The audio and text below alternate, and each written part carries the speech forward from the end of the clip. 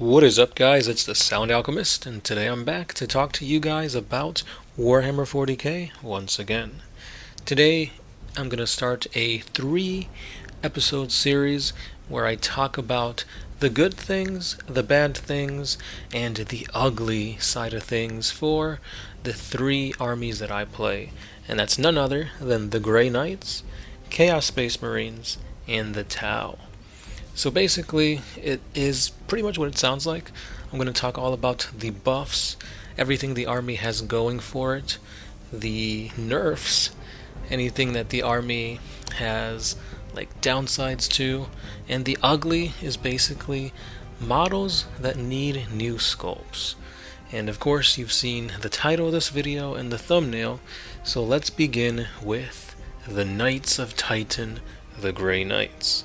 So let's start off with the good, and that is that as of right now, before any 9th edition codex drops, the rules for Psychic Awakening still apply. And boy, oh boy, are we lucky, because the Grey Knights weren't that great of an army before Psychic Awakening dropped.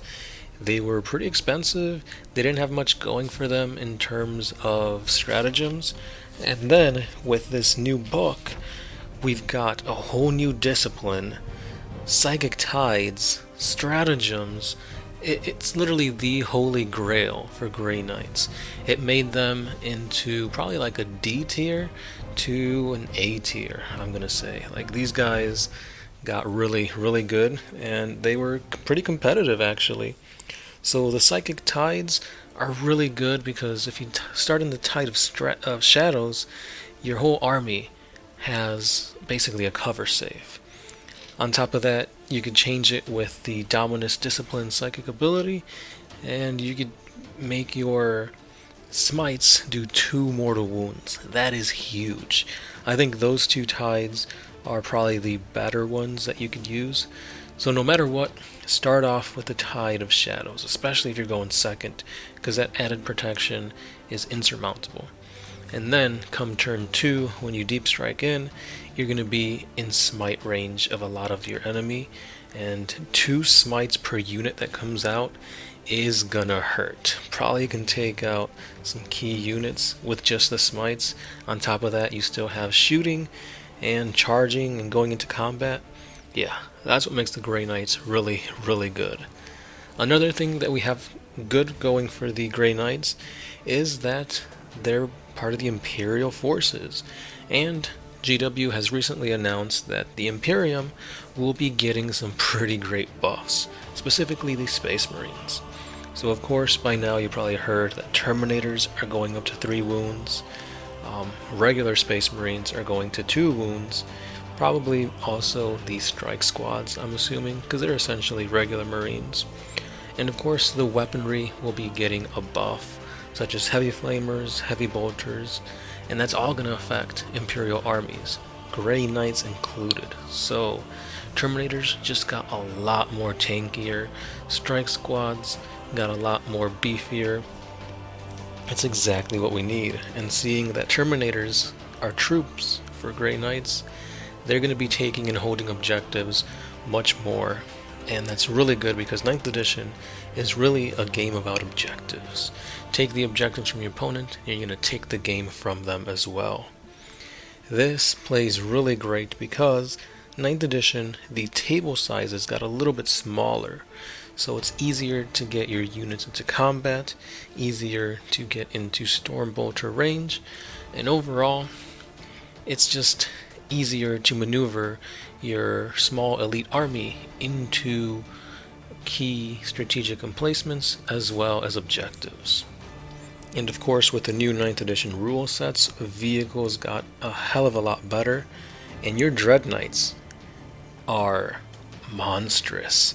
These guys are going to tear through things, especially since they can move and shoot without any negative modifiers.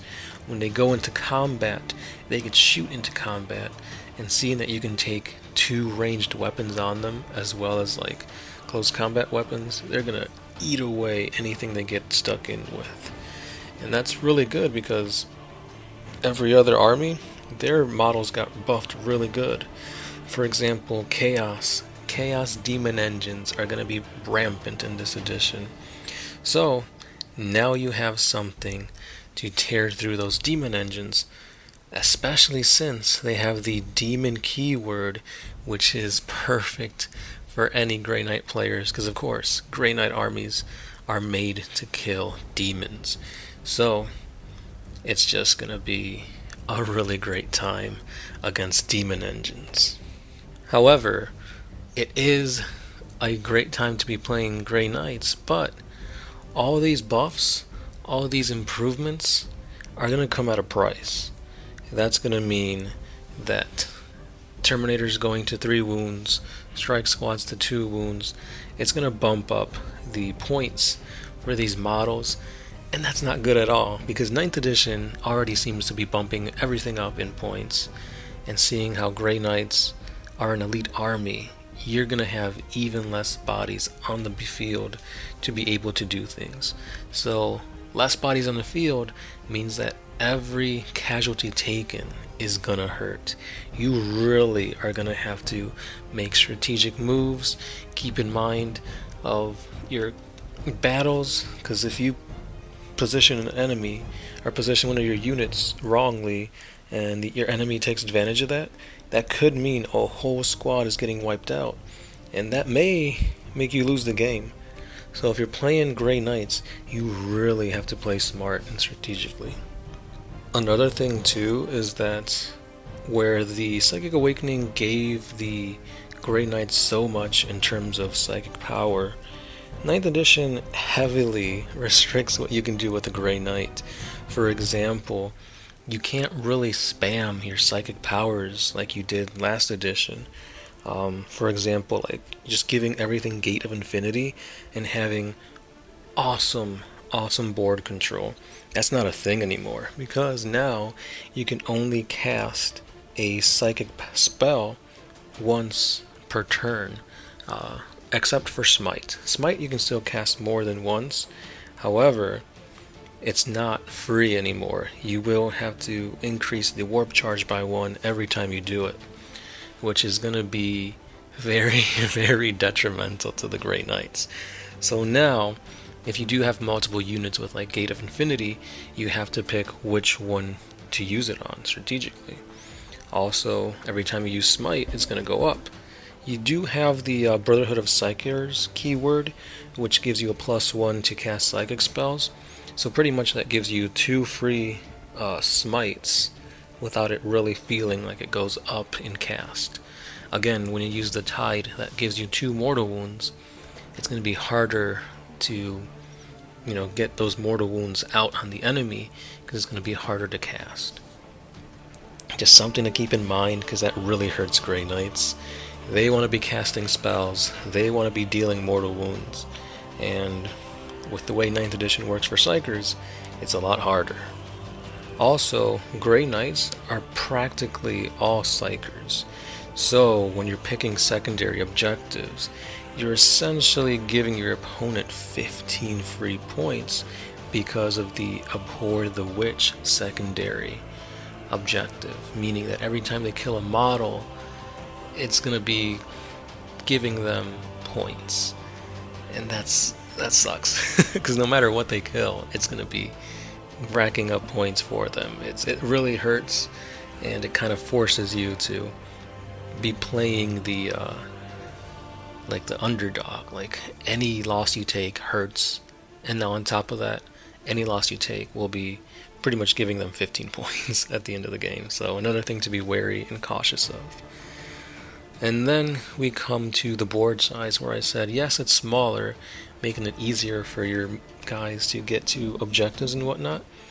But if you are deep striking, that's going to be another thing to kind of keep in mind, that a smaller board means that your opponent can position in a way where it's going to be even more difficult to strategically deep strike your units. And lastly, I've played the Grey Knights probably the most out of any of my armies in 9th edition so far, and I've noticed that they have a ton of stratagems.